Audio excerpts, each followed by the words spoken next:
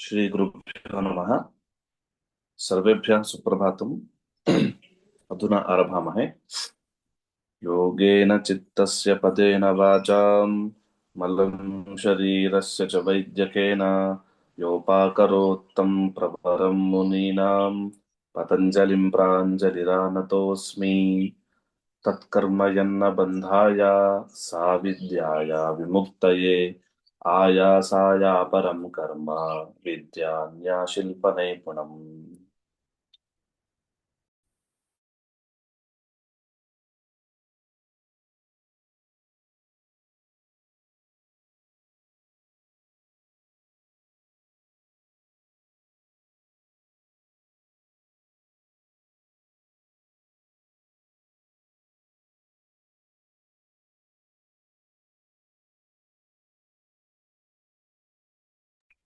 मातृश्री अन्वर्थयन्तु।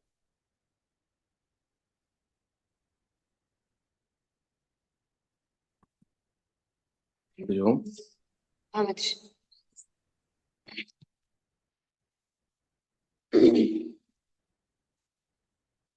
हरि ओम्। सुप्रभातं सर्वेभ्यः। सुप्रभातं महोदय। नमस्कारः आचार्य, सुप्रभातम्। नमस्कारः। कियत् जातमस्ति स्मर्यते वा?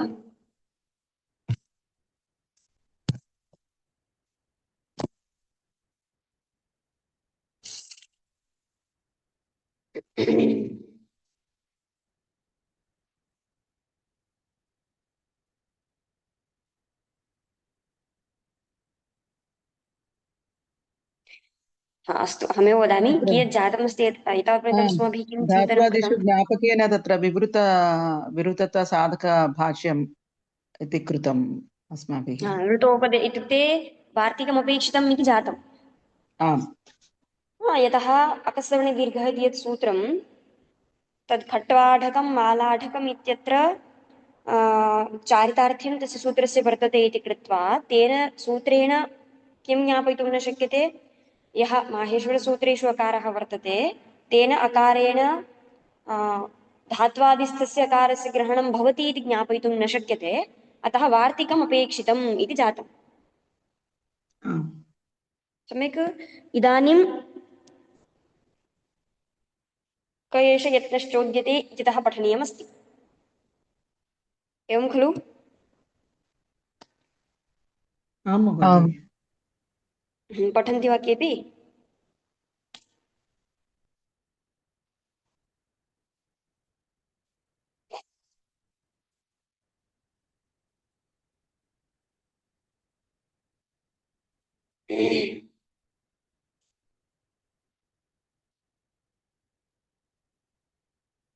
तत्र पाटले न स्थापितं महोदय। आचार्य स्क्रीन् शेर् कुर्वन्ति वा?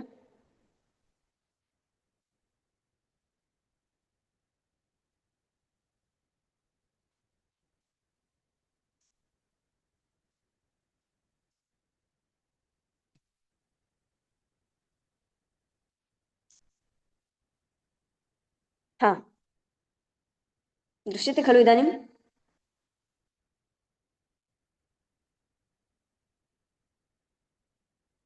आं दृश्यते। हा, पठन्ति वा?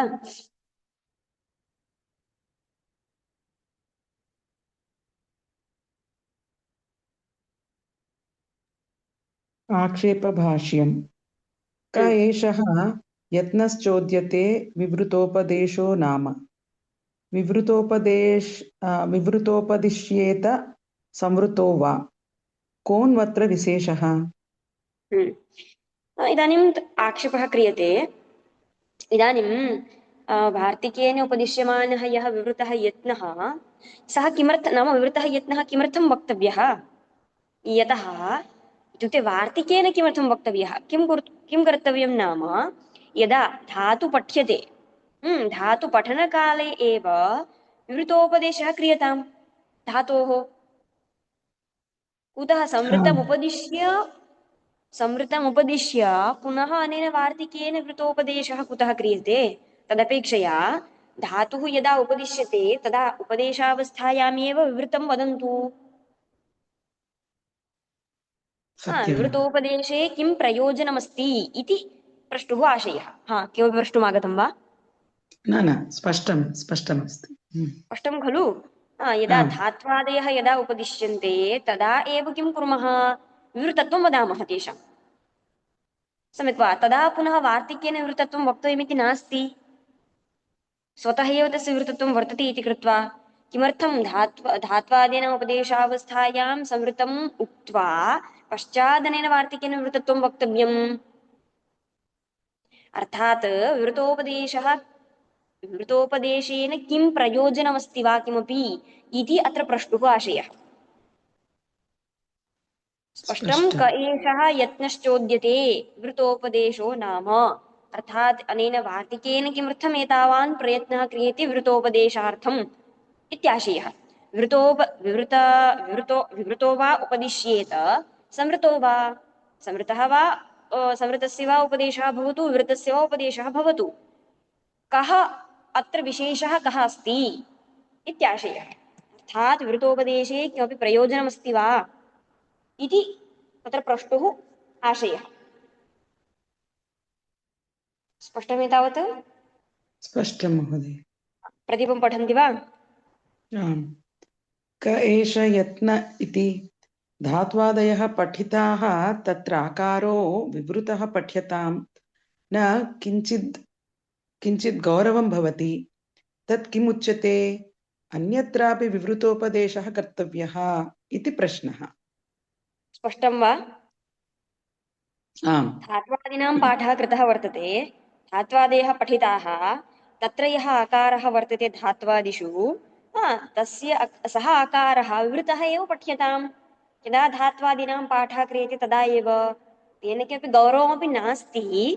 तर्हि धात्वादीनां किं कुर्वन्तु? उपदेशावस्थायाम् एव विवृतोपदेशं कुर्वन्तु। किमर्थं पुनः अन्यत्रापि विवृतोपदेशः कर्तव्यः इति वार्तिकं किमर्थम् उच्यते स्पष्टम्। इति प्रश्नः। स्पष्टम्? अतः स्पष्टम्। एवम् आक्षेपे कृते तदर्थं समाधानं दीयते अग्रे। समाधानभाष्यं पठन्ति वा केऽपि?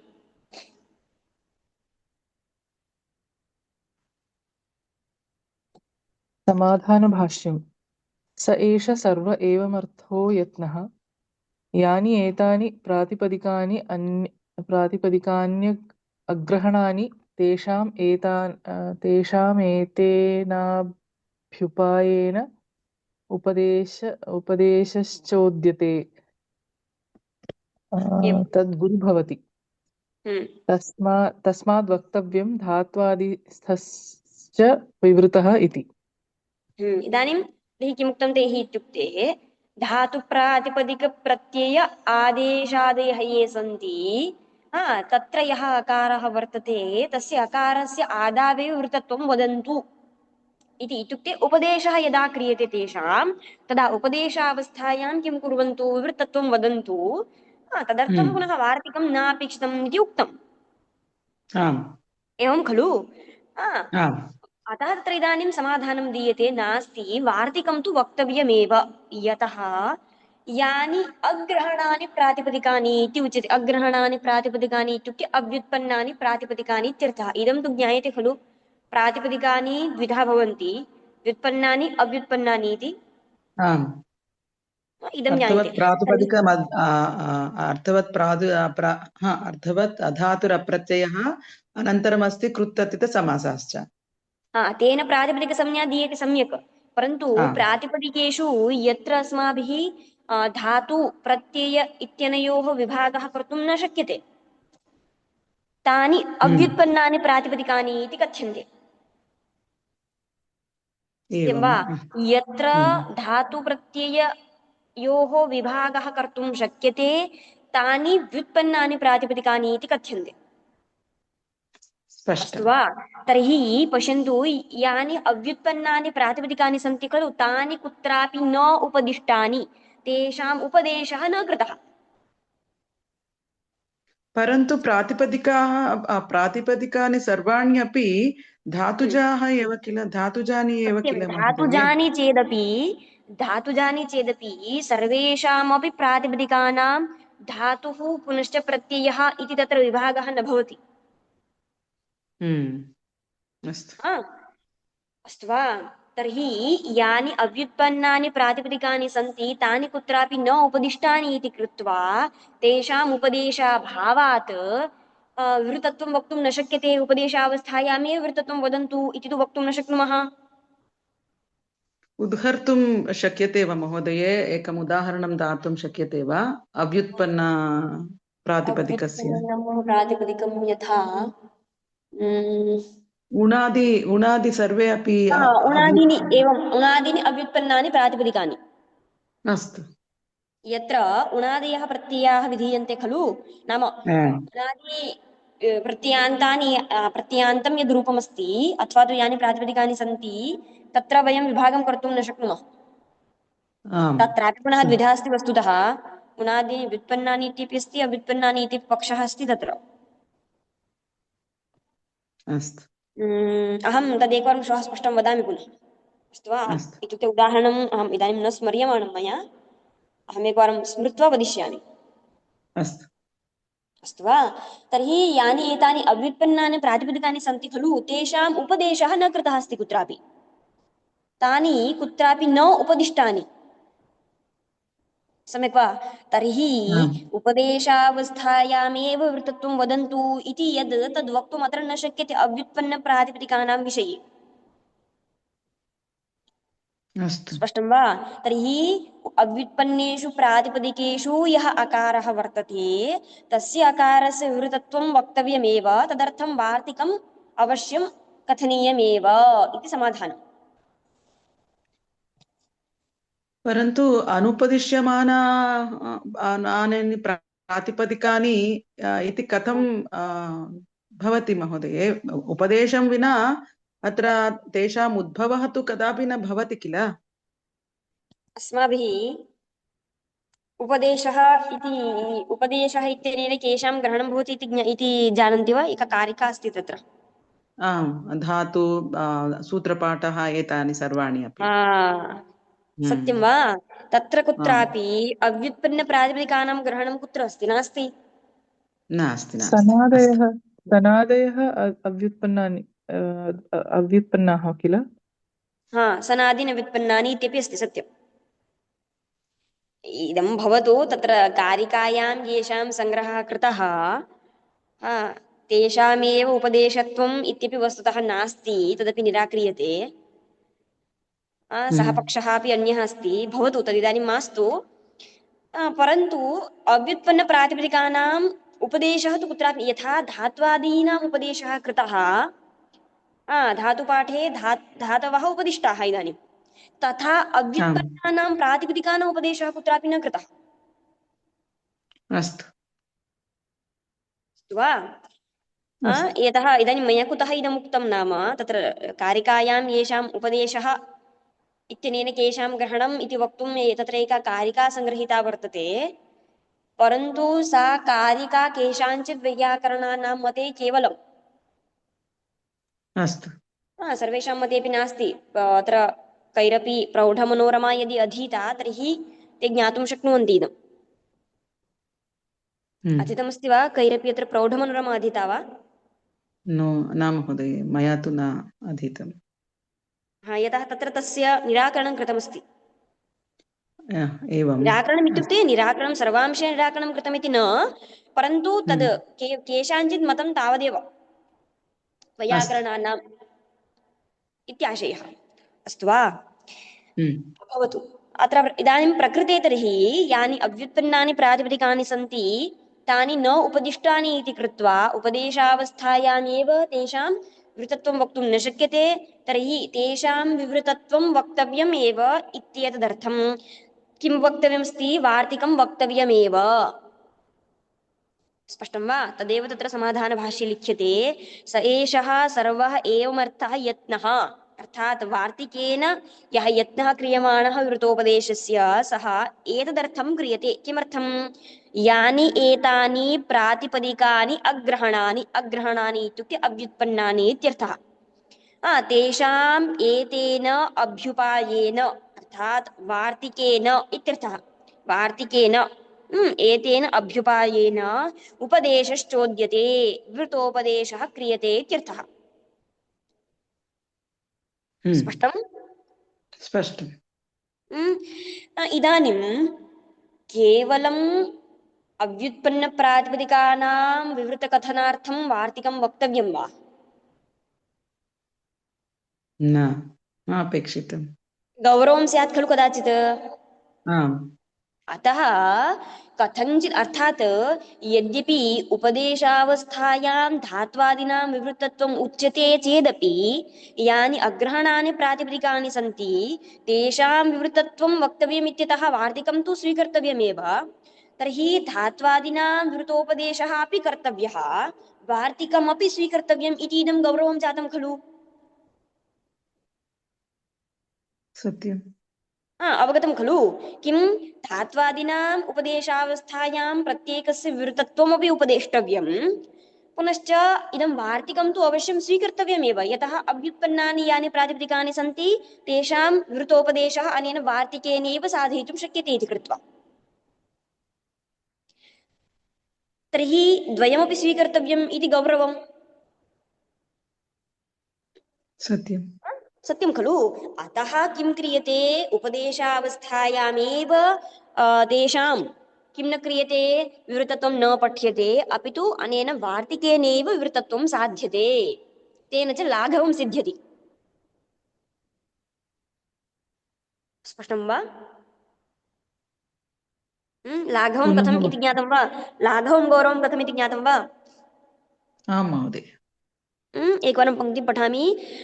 स एषः सर्वः एवमर्थः यत्नः यान्येतानि प्रातिपदिकानि अग्रहणानि तेषामेतेन अभ्युपायेन उपदेशश्चोद्यते तद्गुरु भवति, तस्माद् वक्तव्यं धात्वादिस्थश्च विवृतः इति। स्पष्टं? तस्मात् धात्वादिस्थः यः आकारः तस्यापि विवृतत्वम् अनेन वार्तिकेन एव क्रियते इति वक्तव्यम्, अन्यथा गौरवं भविष्यति। एतावत् स्पष्टम् इति भावयामि। अग्रे प्रदीपं पठन्ति वा?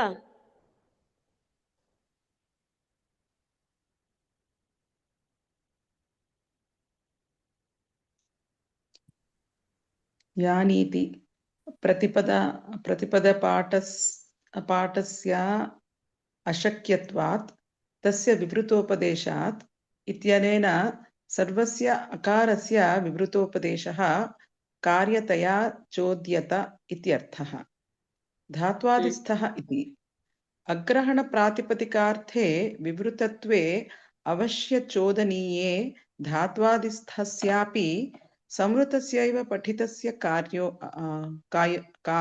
कायोर्थं विवृतत्वं प्रतिज्ञेयम्, अन्यथा दोषरूपविवृतोच्चारणे प्रयत्नगौरवं स्यात्।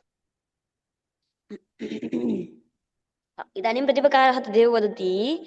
पश्यन्तु, तैः पूर्वं कः आक्षेपः कृतः आसीत् इत्युक्ते उपदेशावस्थायां प्रत्येकस्यापि धातोः धात्वादिषु विद्यमानस्य कारस्य विवृतत्वम् उपदेष्टव्यम् इति खलु उक्तं तैः।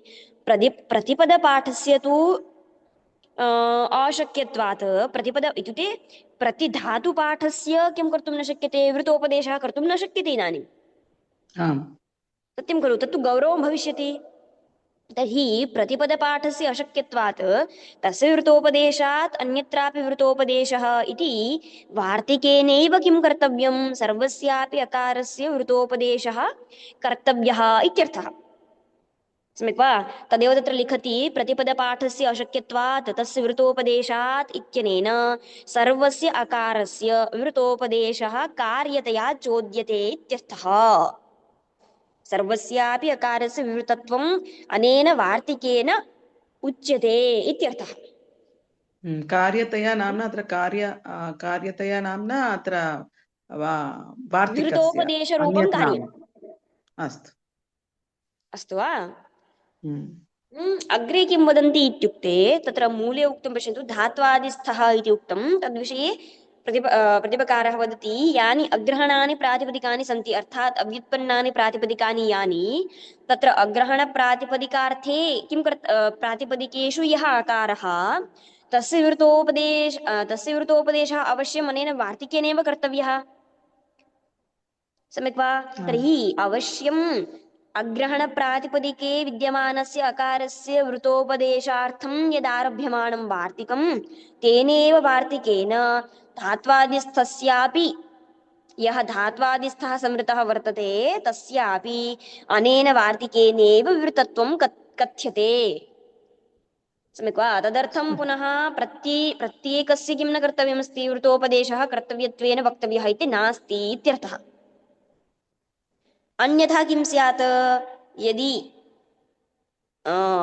किं विवृतोपदेशः न स्यात्, यदि संवृतः एव स्यात्, तर्हि इदानीं किं कदाचित् दोषत्वेनापि तस्य उपदेशः स्यात्।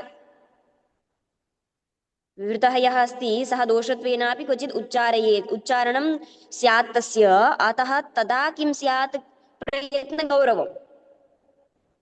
एवं खलु, यदि विवृतः अकारः एव उपदिश्येत तर्हि तस्य विवृतः एव अर्थात् अकारस्य विवृतत्वमेव वक्तव्यम्।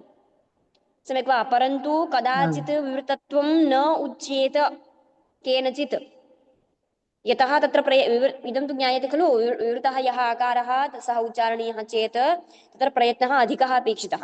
संवृतः आकारः यदि आम् उच्चारणीयः तर्हि तत्र प्रयत्नः न्यूनः अपेक्षितः। आम् सम्यक् वा? तर्हि यदि उपदेशावस्थायामेव प्रत्येकं विवृतोपदेशः क्रियते तर्हि कदाचित् कैश्चित् उच्चारणम् अन्यथा क्रियेत, तदा प्रयत्नगौरवं स्यात्। अतः किं न कर्तव्यमस्ति, उपदेशावस्थायां वृतोपदेशः न कर्तव्यः अस्ति, अपि तु अनेन वार्तिकेनैव वृतत्वं वक्तव्यम् इत्याशयः। पङ्क्तिं पठामि एकवारं, यदि समन्वयः न भवति तर्हि प्रष्टुं शक्यते। यानि इति प्रतिपदपाठस्य अशक्यत्वात् तस्य वृतोपदेशात् इत्यनेन सर्वस्य अकारस्य वृतोपदेशः कार्यतया चोद्यते इत्यर्थः। धात्वादिस्थः इति अग्रहणानि अग्रहणप्रातिपदिकार्थे विवृतत्वे अवश्यचोदनीये धात्वादिस्थस्यापि संवृतस्यैव पठितस्य कार्यार्थं विवृतत्वं प्रतिज्ञेयम्। अन्यथा दोषरूप विवृतोच्चारणे प्रयत्नगौरवं स्यात्। स्पष्टमेतावत्?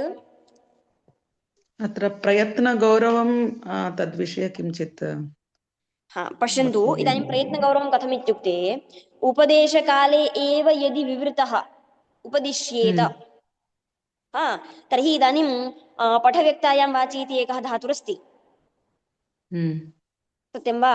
तत्र आम् पठव्यक्तायां वाचि इत्यत्र पाठव्यक्तायां वाचि इति वक्तव्यं स्यात्। अस्तु अस्तु विवृतः दीर्घः, आम् अयं दीर्घः आकारः न वस्तुतः, मया इदानीं यत् पाठ इति उच्चार्यमाणं तत्र दीर्घः आकारः न सः, आकारः एव दीर्घः उच्चार्यमाणः। आम् यतः विवृतस्य उच्चारणं दीर्घवत् भवति। आम् तर्हि अ इति वक्तव्ये आ इति कथने इदानीं गौरवम्, उच्चारणगौरवम्। आम् सत्यं वा? तर्हि अयं गौरवरूपः दोषः स्यात् इत्यर्थः। अस्तु स्पष्टम्। स्पष्टम्? अतः किं वार्तिकमेव स्वीकर्तव्यम् इति साधितं तर्हि अन्ततो गत्वा। सम्यक् वा? तर्हि स्पष्टम् विवृतोपदेशस्य एकं प्रयोजनं ज्ञापितम् एतावता।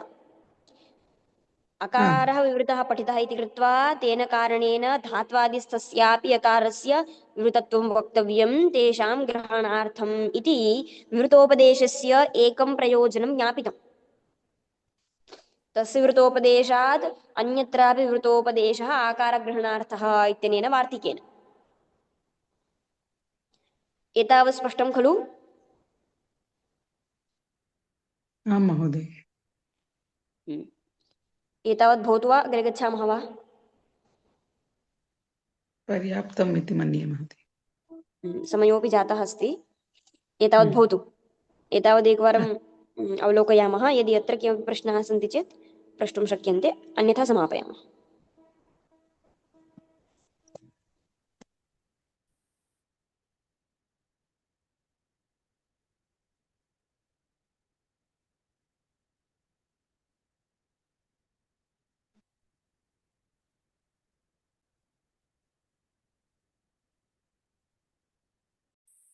प्रायः प्रश्नाः न सन्ति आचार्य, समापयामि। अस्तु। अधुना समापयामः। योगेन चित्तस्य पदेन वाचां मलं शरीरस्य च वैद्यकेन योपाकरोत्तं प्रवरं मुनीनां पतञ्जलिं प्राञ्जलिरानतोऽस्मि। तत्कर्म यन्न बन्धाय साविद्याया विमुक्तये आयासाय परं कर्म विद्यान्याशुल्पनैपुणम्।